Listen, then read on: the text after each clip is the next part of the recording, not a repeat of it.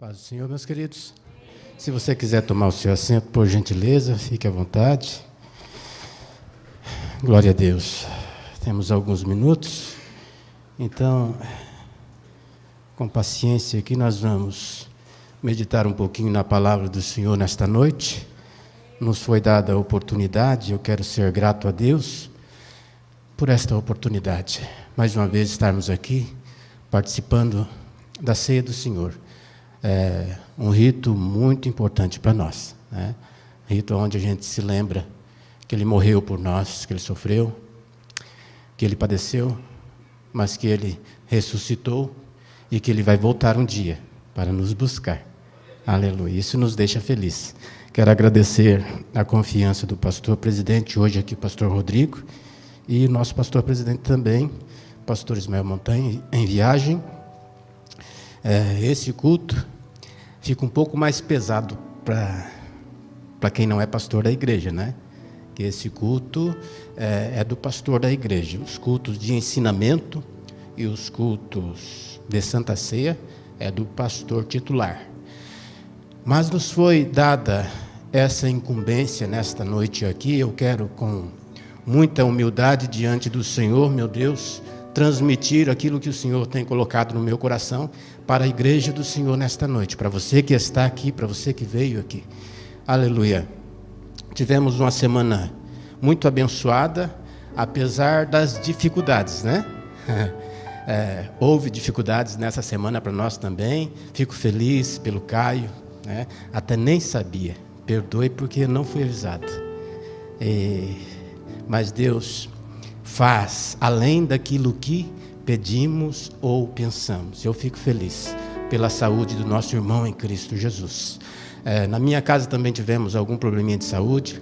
Meu irmão bateu forte a cabeça e eu achei que eu ia perdê-lo porque estremecia, desmaiava, se passava e voltava. Mas não houve nada demais. Levamos até no hospital e ele está bem agora. Também minha esposa não esteve bem. Um começo ali de pneumonia, mas já está melhorando, já está aqui comigo. No demais, meus queridos, culto na terça-feira lá no Rio Novo, uma bênção. Culto na quinta-feira na Vila Nova, sobre o tema Deus cuida de mim. O irmão Diácono Flávio estava lá, um culto muito gostoso lá. E hoje estamos aqui para glorificar e honrar o nome do Senhor. Se tem alguma coisa assim que nos deixa mais tranquilos um pouco, é dizer que a Ele a glória, a Ele a honra e todo louvor. A gente é apenas um instrumento que, quando tem um tocador, fica bonito, né, de se ouvir. Não vamos falar de nós mesmos aqui nesta noite. Se os irmãos puderem abrir a Bíblia, já que é um culto memorial, João capítulo 19. Vamos ler apenas 3 versículos. 19, nós vamos ler o 28, 29 e também versículo de número 30. Aleluia, louvado seja o nome do Senhor. Hoje, para nós refletirmos, já foi falado aqui nesta noite de dificuldades. Quando chega uma dificuldade, para que é, meus queridos? Às vezes Deus está nos chamando para perto dEle. Às vezes Deus quer que nós venhamos a refletir na nossa vida espiritual, como nós temos servido, como temos ofertado a nossa vida diante do Senhor. E às vezes aquilo que parece ser tão mal, aquilo que nos traz angústia, às vezes nos aproxima de Deus. Aí nós começamos a refletir, né? Se nós passarmos para o outro lado agora, nós estamos preparados para ir com o Senhor. Precisamos refletir nisso. Vamos lá, diz assim, versículo de número 28. Depois, sabendo Jesus que todas as coisas estavam terminadas, para que a Escritura se cumprisse, disse: tenho sede. Estava, pois, ali um vaso cheio de vinagre, e encheram de vinagre uma esponja, e pondo no isope, lhe chegaram à boca. E quando Jesus tomou o vinagre, disse: está consumado. Inclinando a cabeça, entregou o Espírito. Amém? Essa foi a leitura. O título da mensagem é O Herói que Morreu. E aí você pode perguntar, por que você colocou assim? Quando eu era mais novo, eu gostava de assistir filmes. Hoje eu não tenho mais paciência para isso. Minha esposa às vezes assiste ainda. Eu fico admirando a paciência dela assistindo o filme. Tem aqueles filmes de herói, né? Que passa na televisão. Que camarada joga um caminhão em cima dele. Ele é esmagado. Cai uma montanha em cima dele. Leva 580 tiros. Mas lá no final, de alguma forma inusitada e misteriosa e milagrosa, ele aparece lá, né? E assim continua. E foram todos felizes. Então no filme, o herói não morre, ele fica vivo, né? Quando é filme de luta, então, ele apanha, vai, né? É nocauteado 530 vezes, mas ele se levanta depois disso e ganha a luta. Absurdo, né? Então, por isso eu não tenho muita paciência mais para isso. Mas nós vamos falar aqui de um herói, é meu herói, particularmente o meu herói, que teve coragem de se entregar no meu lugar. Teve uma morte que nas Bíblias antigas dizia morte vicária, no lugar de outrem, no lugar do Jonas. Você pode dizer isso para você mesmo. A morte de Cristo foi no teu lugar, foi por tua causa que ele resolveu enfrentar. Nós, quando lidamos com isso, nós ficamos meio apavorados. Eu chorei quando eu vi o meu irmão se estremecendo e não poder falar, porque ele bateu muito forte com a cabeça, eu orando e chorando. Porque deixa todo mundo assustado. Nós não somos acostumados a lidar com a morte. Não somos acostumados. Aleluia, mas esse herói, ele vive. Foi cantado aqui nesta noite. E a palavra do Senhor diz que ele vive. Pastor Rodrigo, quantos minutos eu tenho?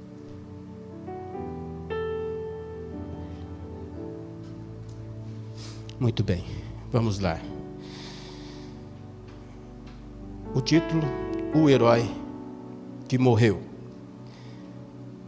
Havia uma promessa na palavra do Senhor que haveria de vir um rei, um salvador, um redentor. Ele foi tipificado pelos patriarcas, profetizado pelos profetas. Até uma certa vez, diz a palavra do Senhor, que os profetas, os seus discípulos se reuniram para pesquisarem, para saber quando isso iria acontecer. Quando seria a plenitude do tempo, dos tempos. E foi revelado a eles, olha, não é para a época de vocês, é para uma outra época. Profetizado pelos profetas, apontados pelos autores da Bíblia Sagrada. Cada livro que você vê, se você for minucioso na sua leitura, esse livro vai ser uma seta apontando para Jesus Cristo, que Ele é o centro de todas as coisas, desde Gênesis até o Apocalipse, até a conclusão, desde o começo até a conclusão. A Bíblia vem apontando para o Senhor, para o Rei que haveria de vir. Isaías vai declamar sobre ele. Aleluia. Sobre o Rei que deveria vir. Sobre o Emanuel, o Deus conosco, sobre o Salvador. Jó vai dizer na sua poesia: eu sei que o meu Redentor vive e por fim se levantará. Aleluia. Então toda a Bíblia, ela é recheada dessa promessa, que um dia haveria de vir o Rei da Glória, o Senhor dos Senhores, esse grande herói. Depois do último profeta, período pós-cativeiro, durou 100 anos aproximadamente, houve um tempo em que não houve profecia, houve, não sei se podemos chamar de o silêncio profético, alguns escritores chamam assim, mas não houve profecia. Deus não falava através dos profetas. 400 anos de silêncio, chamado período interbíblico, onde Deus não se revelou, não falou. Porém, passado esse tempo,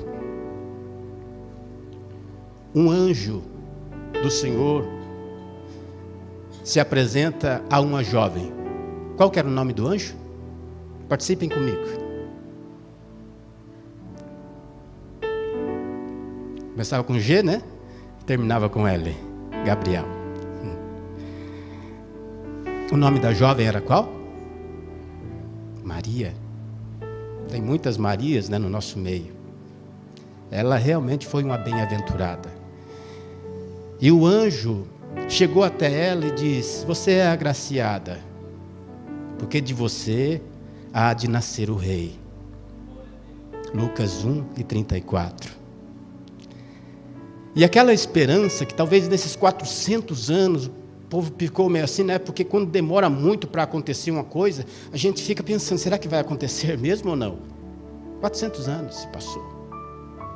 Quando alguém nos promete alguma coisa, quando o pai, quando a mãe promete alguma coisa para o filho fica ansioso, pensando, que dia vai ser? Quando vai ser? Às vezes o pai não diz o dia, e quem sabe passou muito tempo, a criança vai dizer, o pai desistiu de me dar. O pai desistiu. Mas Deus não desistiu da humanidade perdida. Aleluia. Ele criou o homem, Ele formou o homem, e um dia Ele quer rever esse homem de novo. Depois o homem perder todo o seu valor, toda a credibilidade, o Senhor vem de novo e acredita no homem. E esta promessa, então, começa ali a ser cumprida. Na vida de Maria, de José, aleluia, porque esta criança nasce. É um menino. Eu digo que todas as crianças são bonitas, eu gosto muito de criança, então, acho que ele é muito bonitinho. Foi apresentado ao 8º dia, conforme a lei. Simão pegou ele no colo e disse: Senhor, agora eu já posso partir. Agora eu já posso morrer, porque os meus olhos viram a salvação. E isso era uma declaração diretamente de Deus para o coração de Simeão. Ana também estava lá, profetiza. Com todas as dificuldades e perseguições que houve naquela época, por parte do rei, o menino continuava vivo. Foi para o Egito, depois retornou. A palavra do Senhor, nesse tempo, só vai dizer que ele crescia em estatura e na graça do Senhor. Ele foi adolescente, como nós fomos também. Foi jovem, como nós fomos também, irmão João? Sou jovem apenas na cabeça, Carcaça já está um pouco velha. E ele chegou até o dia do seu ministério, já adulto, da idade do Caio, Na verdade, um pouco mais novo. Ele começou seu ministério com 30. Meu irmão, e ele começa a pregar e fazer milagres no poder de Deus. Ele começa a dizer: é chegado a vós o reino de Deus. E a operação de milagres e maravilhas estava com ele. E ele ganhou respeito de muitas pessoas. pela sua autoridade. Alguns o amaram, ao ser atraído pela sua palavra. A sua palavra penetrava no coração das pessoas, e algumas pessoas entendiam ele como seus discípulos, como João, que chegava a reclinar sobre seu ombro, o amava. Mas ele encontrou também alguns desafetos, algumas pessoas que o odiaram.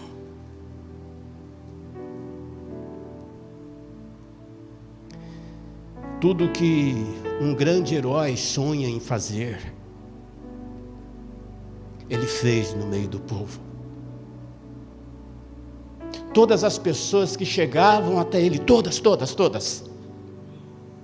as pessoas que chegavam até ele, ele nunca deixou aquela pessoa sair sem resolver o problema daquela pessoa.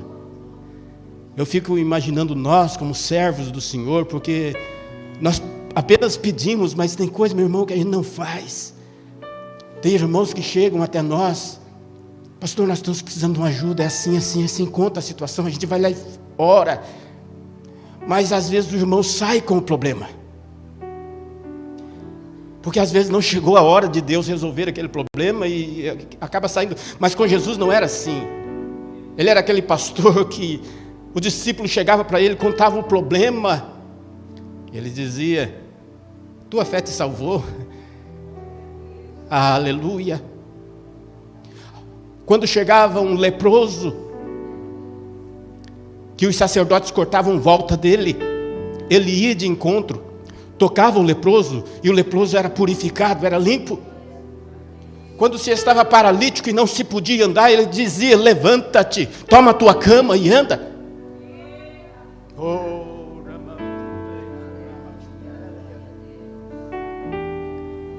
Quando havia cego no seu caminho, ele só dizia: o que queres que eu te faça? E o cego dizia: eu quero ver. Ele disse: então veja. Mas quando houve morte, aí não tinha, aí não tinha, aí não fazia. Sim, fazia. Ele dizia: talita comique, menino, eu te digo, levanta. Aleluia. E trazia alegria para um lugar onde havia muita tristeza, muita dificuldade.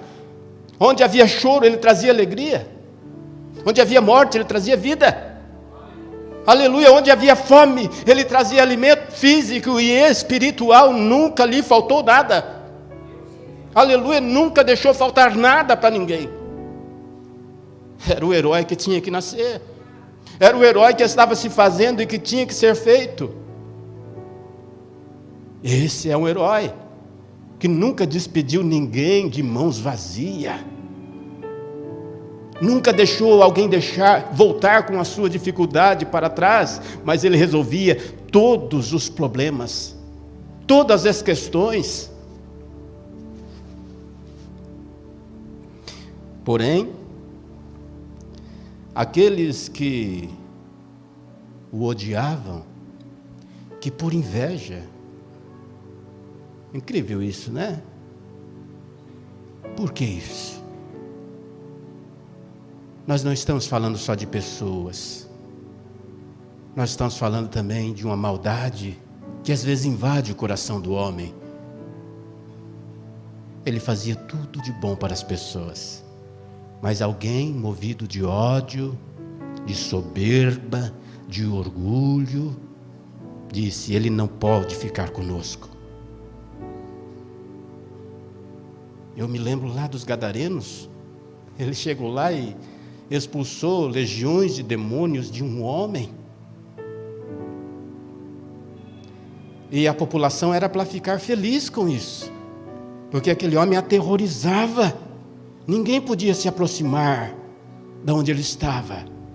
Ele chega lá e resolve o problema, e as pessoas o expulsam. Sai da nossa região, sai da nossa terra.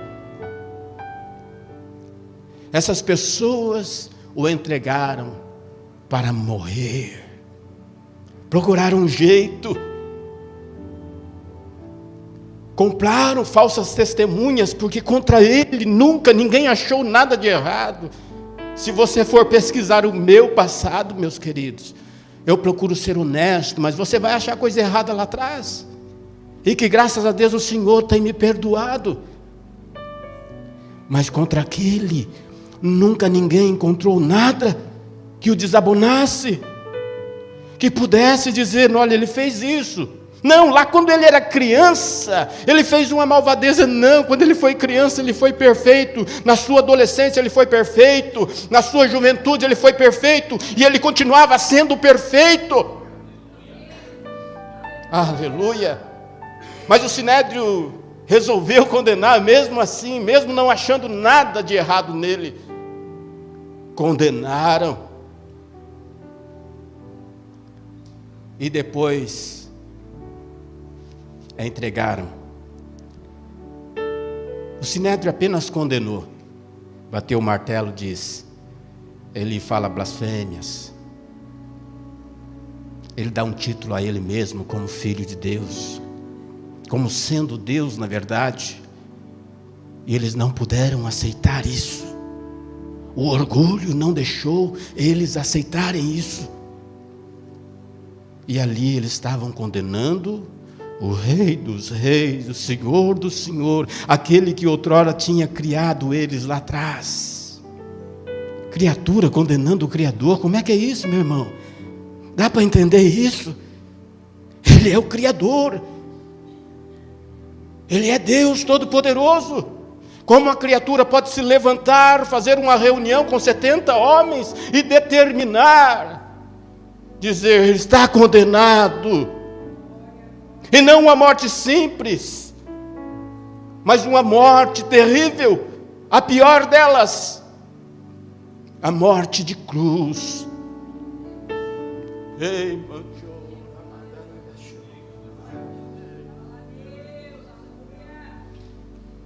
A morte que o pior condenado poderia receber era aquela. O texto vai dizer, maldito aquele que for pendurado. E eles o entregaram para morrer assim, entregaram às autoridades, e as autoridades acataram.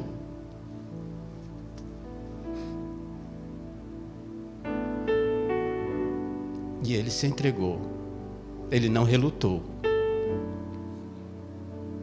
A palavra do Senhor precisava se cumprir. E quando vieram para o trair, quando um dos seus discípulos, de seu seguidor, veio até ele, ele diz, a que vens, amigo? E aquele discípulo foi que entregou ele às autoridades. Penduraram numa cruz. Crucificaram o mestre. E o herói morreu. Você já se perguntou, se a história terminasse aí, aonde que você estaria?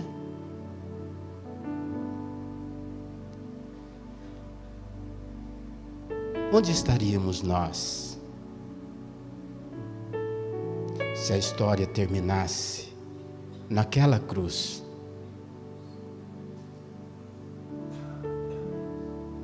Nós saberíamos responder? Algumas pessoas, vendo ele na cruz pendurado, pelo texto e contexto, creio que ficaram felizes, porque Jesus, como um bom pastor, mas como um profeta, como um rei, ele nunca bajulou ninguém. Ele dizia, você está errado, não é assim. E ele lançava o pecado. Creio que algumas pessoas, talvez muitas delas, diziam, olha só, quem nos condenava agora está na cruz. Aqueles que o odiavam se alegraram por ele estar naquela situação. Aqueles que apenas eram espectadores, pelo contexto, eles vão dizer assim, olha só, salvou a muitos, fez tantos milagres, fez coxo andar, fez cego enxergar, mas ele não consegue se ajudar a si mesmo.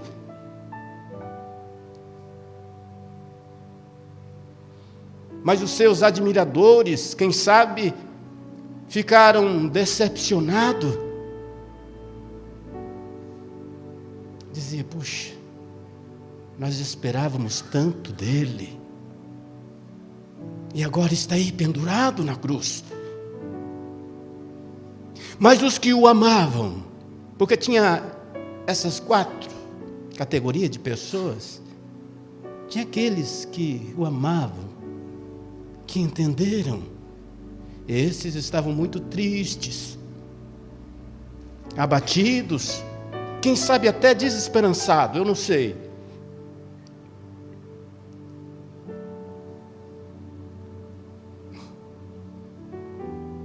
Sentimentos diferentes um do outro, né? Entre os discípulos, a conversa era essa. Nós esperávamos, lembra lá do caminho de Emaús? Nós esperávamos que ele fosse o nosso Redentor.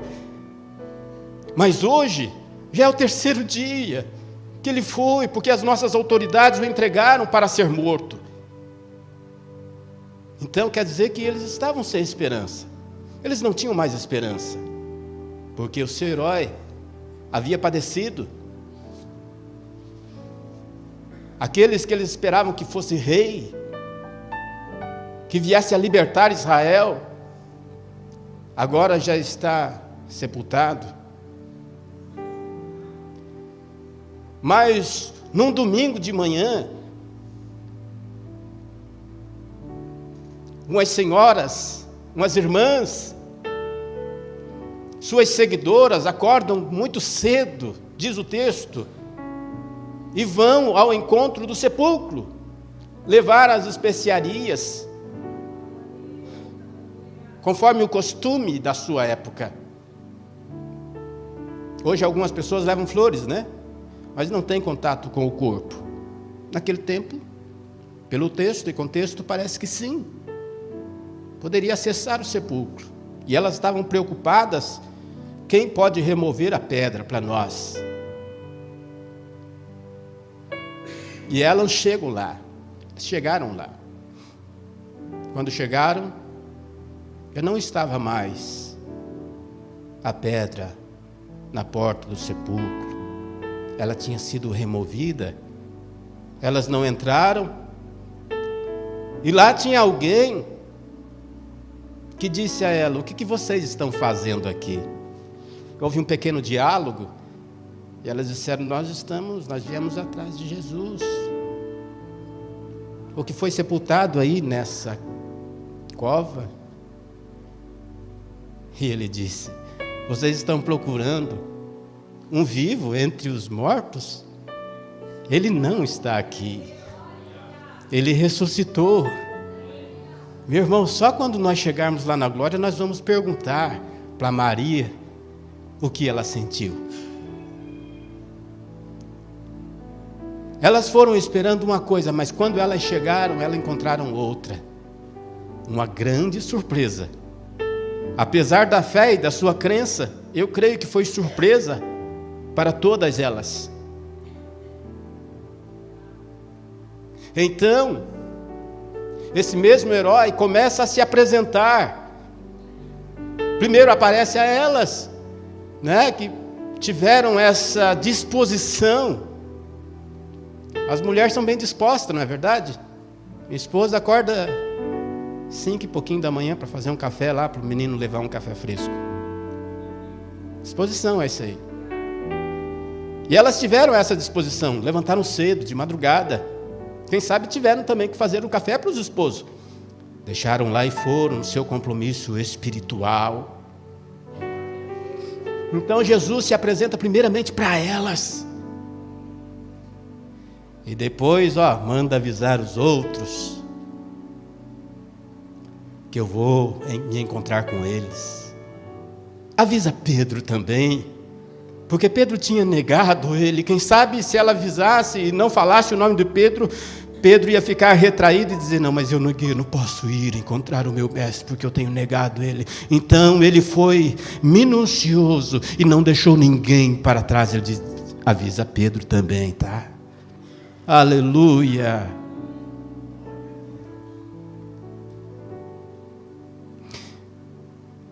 A morte assusta todos nós. Ela põe fim a muitos projetos, sonhos. Ela interrompe um fluxo de vida.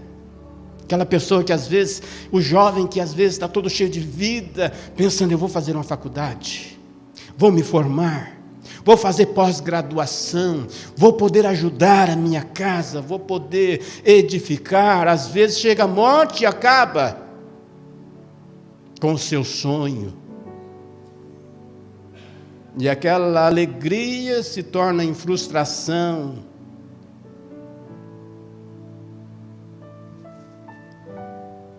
Mas não foi assim com o Senhor. Quero voltar só um pouquinho. Todo herói, chega um momento que ele recebe as suas honrarias, não chega? Depois de uma corrida, por exemplo, as pessoas recebem aquele lauréis, e depois ela vai para o comitê receber o seu troféu, e chega lá, ela ergue o seu troféu e recebe as honrarias.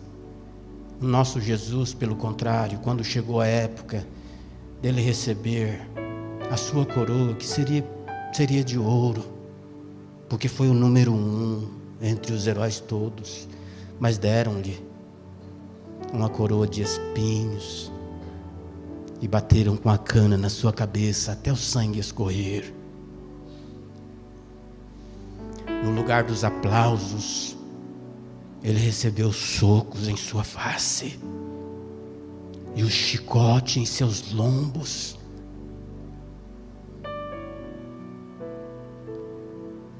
No lugar do troféu que era para ele erguer, né? Se fosse um esporte qualquer, botaram-lhe uma cruz no seu ombro. E ele carregou aquela cruz até o caminho do Gólgota. E lá finalizou o seu propósito. Aleluia, porque antes de padecer, dizia, o Filho do Homem vai padecer, mas ao terceiro dia ele vai ressuscitar. Aleluia. E aqueles que pegaram essa palavra e guardaram no seu coração, agora já está vendo ela cumprida. Agora já está vendo Jesus de novo. Ele chega a encontrar-se com os 11, come com eles e diz para Tomé, Tomé, você crê? Crê agora que está me vendo? Quer tocar no meu lado? Olha as minhas mãos furadas.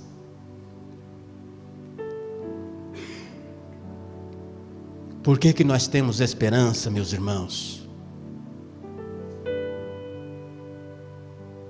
Porque o Rei vive. Foi nos dado também uma promessa, que haveria de vir um Rei, que haveria de vir um Salvador, um Redentor. E é por isso que hoje nós podemos cantar de peito aberto, porque Ele vive. Eu posso crer no amanhã. O amanhã, querido, nós não sabemos o que vai acontecer daqui a 10 minutos, mas nós cremos no amanhã por causa da promessa. Foi-nos feita uma promessa, assim como lá atrás, desde Gênesis a Apocalipse, aos profetas, aos reis, aos sacerdotes, o povo de Israel, aqueles que aguardavam. E essa promessa diz respeito a nós também, que somos chamados até hoje ainda pelos judeus de gentios, mas está estendida a nós também, a mim e a você. Se coloque em pé, por gentileza.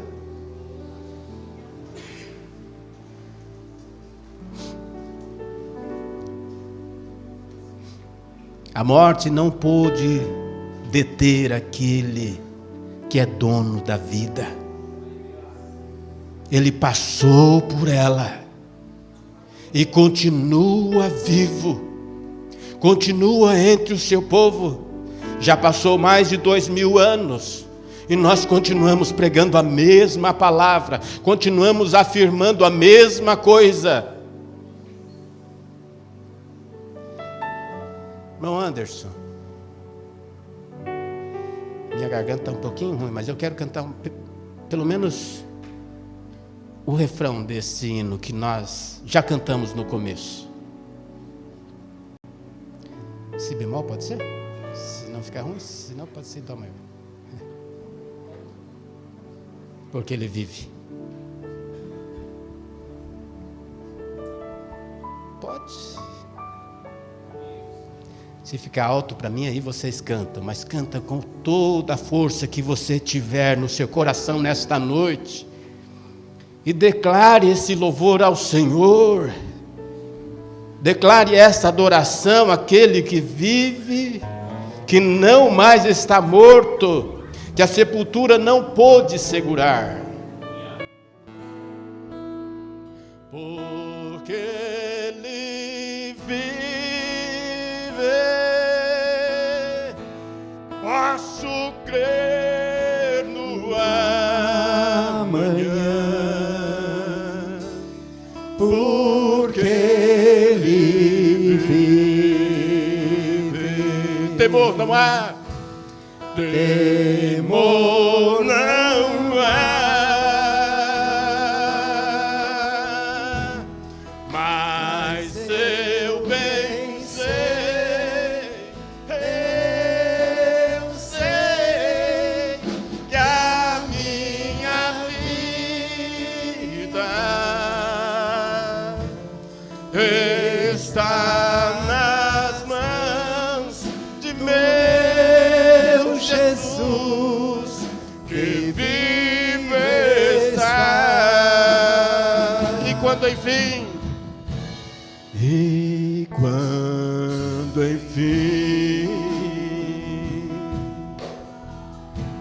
chegar a hora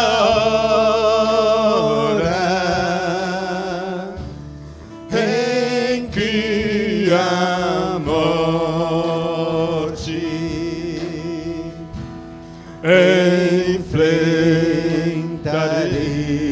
enfrentarei. Sem medo então, sem medo então, vitória eu terei. Terei vitória, eu e você. Irei à glória com meu Jesus, que vive está.